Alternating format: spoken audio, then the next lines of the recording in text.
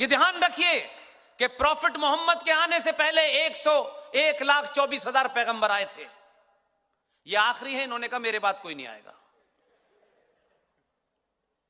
बहुत लंबे समय के बाद उसको समझ में आया कि इस्लाम की अगर पहली मक्का के बाद कोई मस्जिद बनी तो भारत की धरती पे बनी।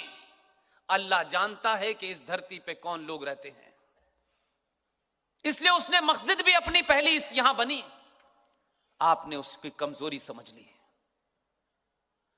चुनौती दे रहा था एक यूपी में, तुम्हारी औकात क्या है, तुमने हमारे बाप दादाओं के जूते पहुंचे हैं, तुम्हारी औरतें हमारे हरम का हिस्सा थीं, आजकल जेल में है। जिस आदमी को घेर करके हत्या करने की कोशिश की, पार्लियामेंट में मुझे उसके आंसू याद हैं। गुस्सा था, आक्रोश था उस आदमी के अंदर।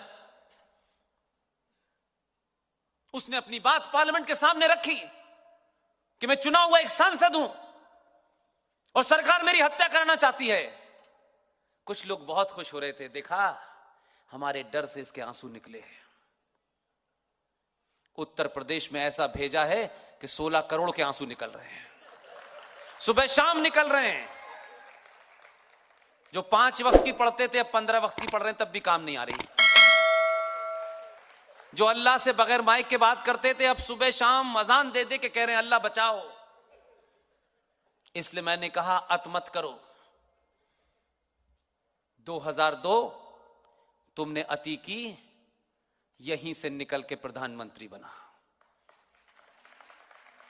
इसलिए अगर अल्लाह के मानने वाले भी हो तो कम से कम हमसे झूठ बोलते हो समझ में आता है, अल्लाह से झूठ मत बोलो।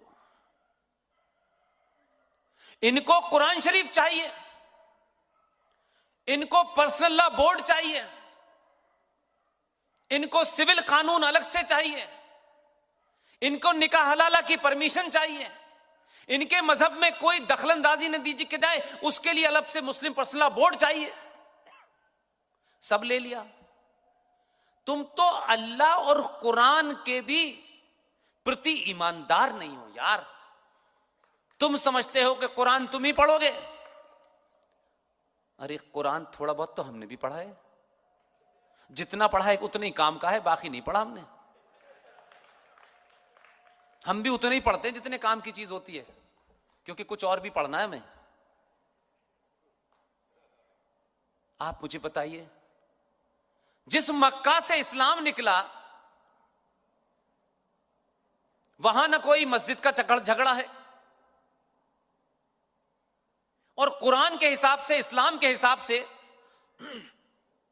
ये अपने आप को मक्का जहां मोहम्मद साहब पैदा हुए तो उससे बड़े लम्हा ये उनसे बड़े मुसलमान हैं। जहां प्रॉफिट मोहम्मद उस कम्युनिटी हॉल में नमाज पढ़ लिया करते थे, कभी कभी उसको सऊदी अरब ने बहुत पहले तोड़ के समतल कर दिया। सऊदी अरब में रोज मस्जिदें बनती हैं, रोज तोड़ दी जाती हैं कि इस्लाम में मस्जिद पवित्र स्थल नहीं है, सिर्फ एक नमाज पढ़ने की जगह है। जैसे रेस्टोरेंट एक खाना खाने की जगह है, जरूरत पड़ती है रेस्टोरेंट तोड़ दिया जाता है, दूसरी जगह बन जाता है। इसी तरीके से इस्लाम में यह कब्रों का कंसेप्ट नहीं है, नहीं है। ये झूठ और मक्कारी सिर्फ साउथ एशिया में चल रही है। ये कब्रिस्तान है, इसकी बाउंड्री बनाओ। पहले तो इस कब्र बनाना ही गैर इस्लामिक है। इस्लाम में जिन साहब की मौत हो जाती है, जो फौत हो जाते हैं, उनको जमीन में दफना दिया जाता है। उसके ऊपर किसी किस्म की एक भी ईंट रख करके अगर आपने उसी कब्र बनाई, वो हराम है। लेकिन भारत में, पाकिस्तान में, बांग्लादेश में ये एक एजेंडे के तहत है। मक्का में जरा जाइए, सऊदी अरब में जाइए, कोई कब्रिस्तान नहीं। प्रॉफिट मोहम्मद की कोई कब्र नहीं। कहां है कब्र? इसलिए झूठ बोल बोल के आपको डरा दिया है। और उत्तर प्रदेश की सरकार तो महान थी, पहले भगवान कृष्ण के वंशजों की थी। अब मुझे पता चला कि यदुवंशी जो होते हैं, अहीर जो होते हैं, वो भगवान कृष्ण के वंशज हैं, लेकिन राजनीति ने उन्हें मुलायम सिंह का और लालू का वंशज बना दिया। उसी मुलायम सिंह की सरकार में एक कानून पास हुआ कि जितने भी कब्रिस्तान हैं, हर कब्रिस्तान की बाउंड्री वॉल के लिए 400 करोड़ रुपया दिया जाएगा। अजीबोगरीब फैसला। अब क्योंकि आप जानते नहीं इसलिए बोलते नहीं थे। आजमगढ़ की सभा में मैंने बिल्कुल इसी तरीके से शांति से एक बात पूछी।